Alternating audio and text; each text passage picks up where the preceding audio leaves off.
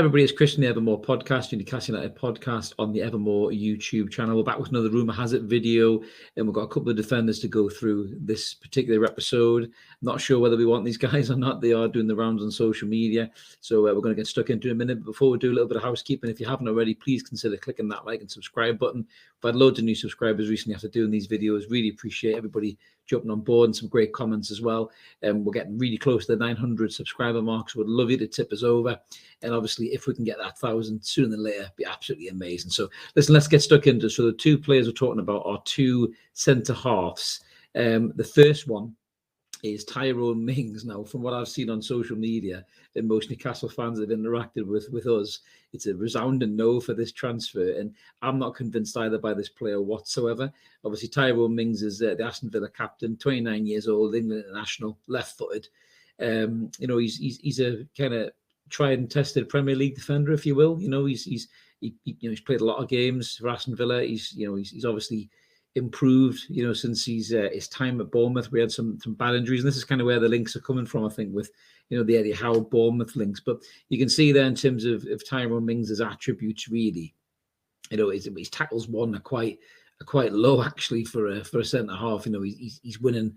He's winning, 0.59 tackles per game, so he's in the lower 15th percentile. But where he kind of comes into his own, he doesn't get dribbled past a great deal. The blocks, the shot blocks as well, the passes blocked, his interceptions. So he's quite good at reading the game. But I don't particularly think he's very good in the tackle. And if you look at his obviously his game on the ball, his pass completion is very, very low, progressive passes. From a centre half perspective, if you compare him to somebody like Dan Burn, Fabian Schär, then I don't think he even comes close, to be honest with you. So I might even have a slide, for the comparison at Dan Burn. You'll get to see the differences on the ball. So for me, he's 29 years old. I know his better years are going to be behind him. We've already got Dan Burn, who I think is 29, going on 30. Fabian Schär is over 30. And, for me, it doesn't make sense signing this player. I don't think he improves us really, unless he's a replacement for Lascelles, who's maybe going to Nottingham Forest. But I don't particularly think that there's a great deal of difference between Lascelles and Mings, if I'm brutally honest with you. I think one of them's probably slightly better, I would say, in terms of his reading of the game in Mings maybe than Lascelles. But when I watch Lascelles play, he doesn't make me as nervous as Tyrone Mings does. I've seen Tyrone Mings have some unbelievable ricks at Aston Villa. Some real high-profile ones as well. He seems to, certainly when it comes against the physical striker, you got likes of Erling Haaland in the league next season. Mitrovic is coming up from Fulham. These guys kind of have Tyrone Mings on toast, and I don't see how he would improve our centre back kind of offering at all, really, to be honest with you.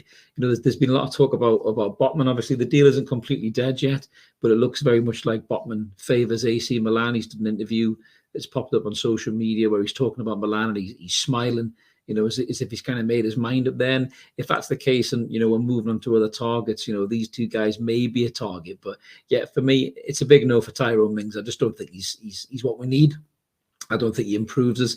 There's a lot of shade being thrown towards Newcastle by Aston Villa fans. Weirdly enough, there's this sudden, kind of antagonistic vibe between Aston Villa and Newcastle fans. This is very much this young generation of Villa fans that seem to think because they got Steven Gerrard and Coutinho that they're some kind of superstar, Harlem Globetrotters, but they're just a mid-table Premier League side, to be honest with you. And Tyrone Mings is a mid-table Premier League centre-half at his very best. If we're pushing for top 7, he's not the kind of guy I think we bring in for that at all. Certainly for 35 million quid, which is the fee that's being put in. He wouldn't do for me at all. But let us know what you think in the comments below, guys, whether you agree or disagree on Tyrone Mings. So moving on to the second centre-half is another ex-Bournemouth player, which is Nathan Ake. Now, Nathan Ake is an interesting one. He obviously, he was on loan at Bournemouth from Chelsea, went back to Chelsea, kind of didn't work out for him. Then he's obviously ended up at Manchester City.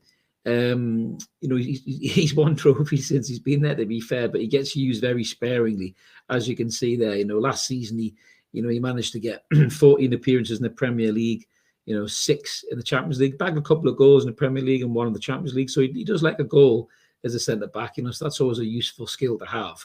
We don't get a lot of goals from our defenders, to be fair, so I can see the appeal maybe bringing the lad in for that. Again, he's a left-footed centre back, which is what Dan Burn is. So it'd be interesting to see how that was going to work. Last season, he only made 10 Premier League appearances and 2 Champions League appearances, so he's not played a great deal of football over the last few years. He's a Dutch international. He's 27 years old. You can see his kind of attributes there as well. He wins more tackles than Tyrone Mings does a game. He doesn't get dribbled past a great deal, so he's got a good positional sense there. His aerial successes are very good. He's very good in the air. He doesn't really get caught out kind of in possession as well, but certainly on the ball, he's very, very good on the ball. You can see there his pass attempts are in high 98 percentile. His pass completions is in the high 93. So he's a ball playing centre half, which you've got to be. You play for Pep Guardiola, even if you're playing a handful of games, you've got to be able to play. So Nathan Ake, certainly between the two of these players, is the better of the two. But the kind of fees they're talking about for this guy is astronomical. They're talking about 50 million quid for this lad, who's a bit part Manchester City player. Yes, he's a decent player, and I think he could bring you something. He can fill in at left back as well if needs be. But we've got Dummett who signed a new contract to do that. We're talking about signing Lodi. The Target deal looks very much like it's off the table at the minute. So Nathan Ake would be a decent signing, but not for 50 million quid. I mean, potentially if they can get the lad on loan, and maybe look at it from there, then that could be something.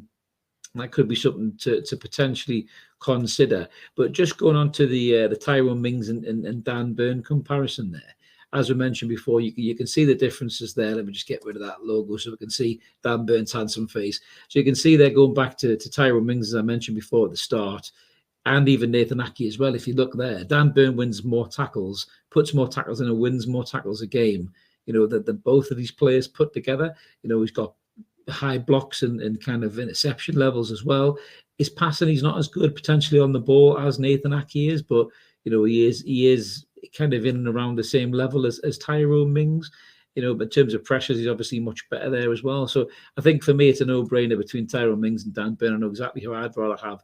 Ake is an interesting one. I think if you could get a loan deal from, I think he would be a good addition to the squad.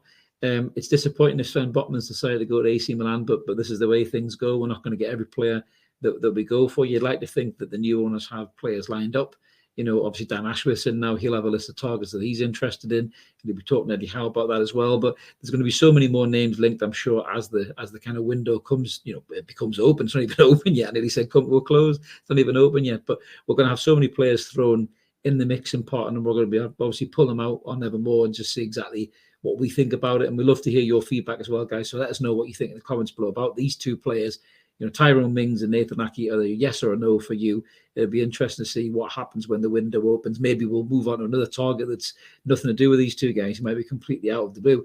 But thanks for listening to this episode. As I mentioned at the start, if you haven't already, please consider clicking that like and subscribe button. And if you just tap that little bell as well, it'll let you know when one of these videos is coming out next. And we'd love to have you on board at Evermore and help us get to that 1,000 subscriber mark. It'd be absolutely awesome. So this is Chris just signing off. Let's keep supporting that team of Core United. We'll be back with another transfer rumour video soon enough, and we'll catch you later. Cheers now.